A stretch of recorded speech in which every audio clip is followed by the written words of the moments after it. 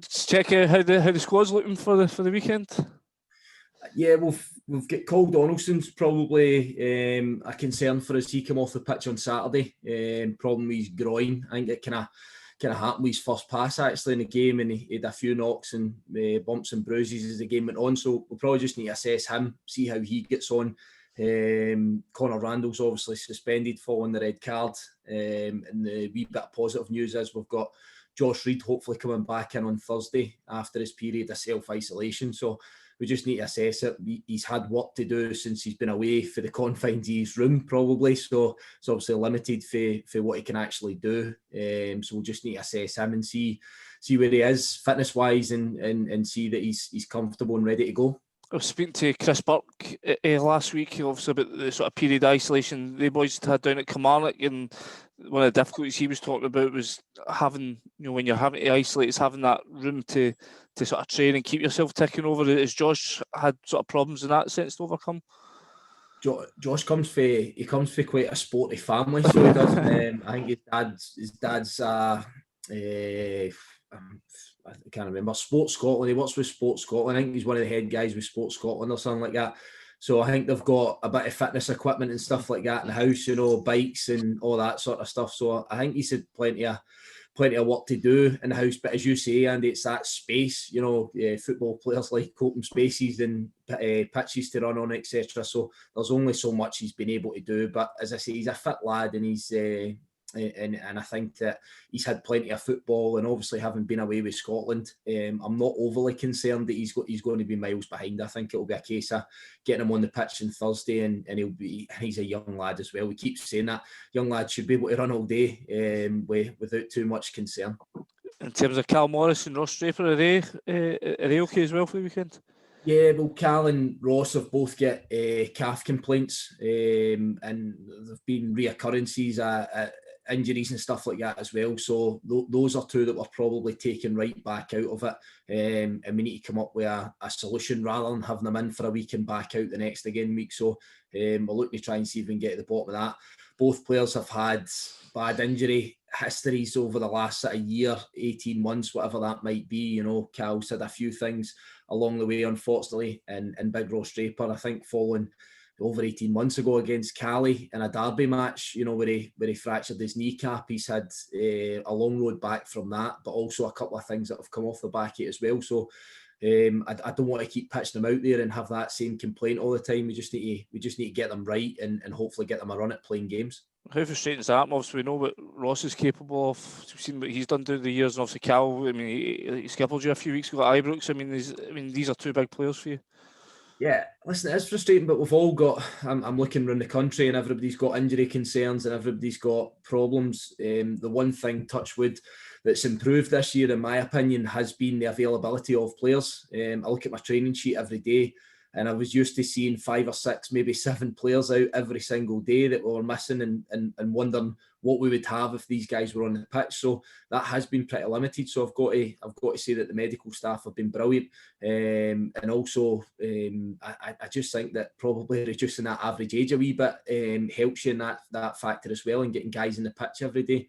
People that have listened to me will know that I'm massive on players training every single day, and in some occasions try to get 2 sessions off them a day. And I think that bodes best for creating a high performance environment and a successful team. So these are all things that I've had in my head. So I'm not going to complain too much. However, you're right, they're 2 big characters. They're massive personalities in our dressing room, and 2 really good leaders and guys that we know can perform at Premier League level. So we need to try and rectify that situation sooner rather than later. And just finally, obviously you get the red card at the weekend. I think that's your 3rd of the season. I think you topped the red cards chart this season. I think you're also topping the yellow cards chart this season. I think you did as last year as well. Is discipline starting to become an issue for you that you think needs to be addressed? No, definitely not. I think I have spoken to the players in the sense that we can't afford to keep going down to 10 men. So that goes without saying. I think we've conceded a number of penalties as well. Sometimes people debate whether they are penalties or not, or we've been hard done to by officials, all that sort of stuff. Ultimately, we've conceded a number of penalties, and that can have a big bearing in games as well. So it's something that I've mentioned to the players. I keep saying as well that I want my team to be a reflection of me and how I was as a player and how I am as a person. I'm a combative person. I was certainly a combative player that picked up more yellow cards and red cards than most people. I'm not encouraging it. However, I would still like my team to be competitive. I don't want us just to roll over and get our belly tickled either. So it's important that we're really, really competitive in games. And I've seen that throughout, probably with the exception of the Aberdeen game where I felt as if we were completely undone. But we have to be more intelligent by it. You know, the situation with Conor Randall on Saturday is completely avoidable. Something we speak about all the time. Clearances from corners and how we deal in that 2v1 situation. And Conor knows that, and Regan Charles-Cook knows that. They could have avoided that situation. So we've not had any situations where our players are going about punching people off ball, kicking people off ball, or anything like that. It's been in the nature of the game, which is to be competitive and to make sure that you're against your direct opponent. So there's been nothing stupid in there apart from myself, obviously. Sure, Stuart. Okay, Stephanie. Hi, Stuart. Hi, Stephanie. How are you doing? Hi. Good. How are you? Yeah, I'm good, thanks. Good. First of all, you got the draw against Hibs at the weekend, a very good result for you. How pleasing was that going into this game against Motherwell at the weekend? I think I was really pleased with a number of factors. We'd worked hard on a game plan. We know how effective Hibs can be in the front foot. We know the attacking threats that they've got. So they did have chances in the game. I felt as if we had really good sort of missed opportunities, if that makes sense, to work their goalkeeper and to be a real threat ourselves. I really enjoyed the team shape. I enjoyed our work ethic and the clean sheet. The clean sheet's massive for us. We keep speaking about the criticism we've had in conceding goals, etc. So that was a huge part for me. And I thought it was a decent 0-0 draw, to be honest with you. I thought it was quite an entertaining game both ways. And as I say, we're going up against one of the best sides in the country, so there's a lot of positives to take from it. I would have liked to have went into that last 10-15 minutes, 11v11, so that we could have had a twist ourselves and really went on the front foot to go and try and win the game. But obviously, when you go down to 10 men, that's limited, and we accept that fact. But loads of positives to take from me. Again, I look at the average age of the team and the young players that we have on the pitch. These are all things that bode well going forward for us as a football club. I think that you completed the first round of fixtures. You find yourself in 7th position. How pleased are you with that start to the season, do you feel? I'm really pleased. I'm really pleased. I don't want to go on and start talking budget and all of that sort of stuff, but the harsh reality of the world that we live in is that I think we're surpassing where our budget is, you know, as a football club and what we have, and obviously trying to cut down what we spend, and we have done that significantly. I'm delighted where we are. I think that we've missed out on a few points. We're always going to say that. I think that we probably could have registered a few more points along the way. But I think we have to be realistic here and say where we are as a football club. You know, we've played against a team at the weekend there that are outspending pretty significant cash on players, you know. So for us to say that we're competing at that level, I think is very, very good. And I can see growth in our team as well. I can see that there's areas to improve on. But as I say, with some of those younger guys in there, I think that we've got plenty of room for growth, and I can see that we could improve over the piece. But it's nice to have completed that first round of fixtures, and you see yourself against everybody. And I think that there was one team that we come up against in the 11 games that we seriously come up short. And I keep saying it was Aberdeen. There was one game we were not competitive in at all. And for me, as manager of Ross County, I think that we have to be relatively pleased with it. And there was a bit more about fans yesterday. Aberdeen had applied to try and get another test match on Sunday against Celtic, which was rejected. How do you feel about that? Because obviously, you know, time's wearing on. Financially, it's not great for clubs anywhere. Is it time, you feel, for, you know, clubs to speak up and say, you know, we need a meeting, or, you know, there needs to be a bit more movement? Or how do you feel about the fact you're still going with no fans and no clear pathway to see where this is all going to go? I think I think if you ask all the managers will say the same. All the players will say the same. We want people, we want our supporters in the ground. We want an atmosphere. We want the excitement that generates. But again, the political answer here for me, unfortunately, is that we do have a hierarchy at the football club that are involved in any of these discussions. And that's all led by the government, and then it goes on to the SFA, and then it's filtered out to the football clubs, and obviously we can say our piece, for me, through our chairman, through our board members, but ultimately I don't know when this is going to change unless the government deem it safe and they're very, very clear that it's a safe environment. Again, I'll go over the same ground, Stephanie, that have done. We done it in a very successful manner, and there was a wee buzz about the place when we had supporters in the ground against Celtic, albeit 300 people here. But I think it's that bigger picture that's the issue here. It's not so much what's happening in Dingwall, it's obviously what's happening throughout Britain.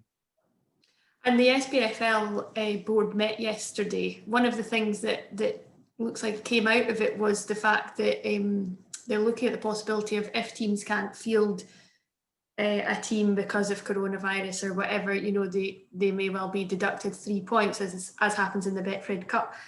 How would you feel about that? Listen, I think it's exceptionally harsh. I really do. I don't think that there's any club in Scotland at the minute that's actively out trying to get a deadly virus. I don't think there's any players that are out there seeking to have this virus. Every club that I've been to really seems to be taking the situation serious. Everyone that's come here has spoken so highly of our setup and how we've been able to set things up here in Dingwall, and I think it's really, really naive to think that anybody's out there thinking anything different.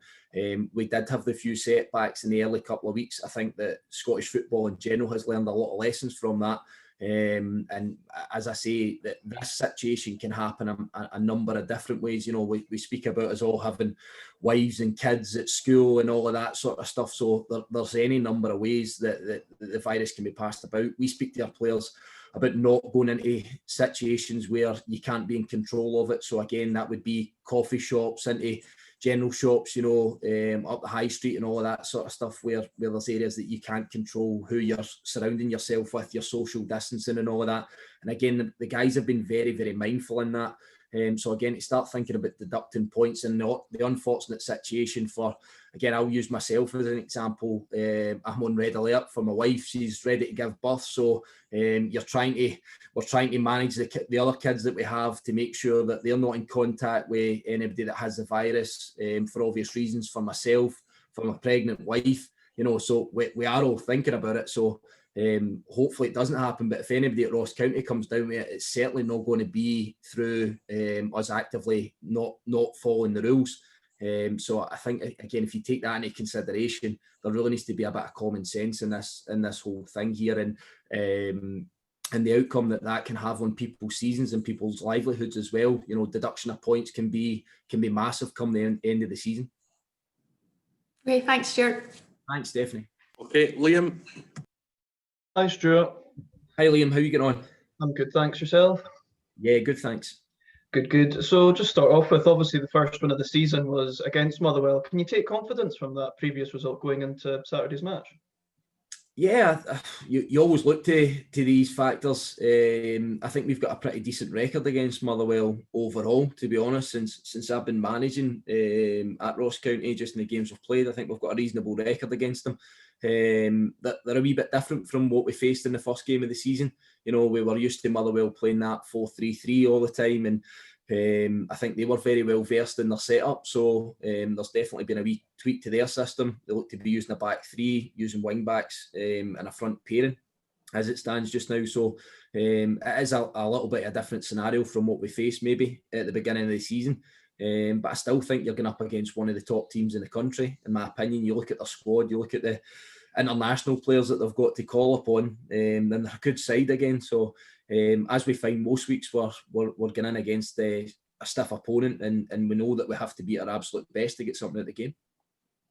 Absolutely, and you were talking about players kind of returning there, and Tom Gravosti obviously made his first appearance in just around a year. How glad are you to have him back, and how much of an impact could he make for the season ahead? Delighted. It's been a really tough road for him. I think Dale will tell us, but I think it was 365 days or something like that, Dale? To 352. 352 days out. So best part of a year he's been out. Listen, there's been so many twists and turns in there. There's been so many setbacks for him. So it's painful it's a sore one for me. Dale's actually done a feature for Ross County's website or whatever, a Ross County YouTube channel that kind of follows a wee bit of his journey and what he's been through. And there's obviously a personal relationship with myself. You know, I brought him in here a number of years ago from down south and gave him an opportunity, and he's been nothing but brilliant for me. He's grown as a player, he's grown as a person, and when you see him get knocked off his perch, it's quite a sore one to take, not just for him but for the likes of myself, and for how popular a character he is in the dressing room as well.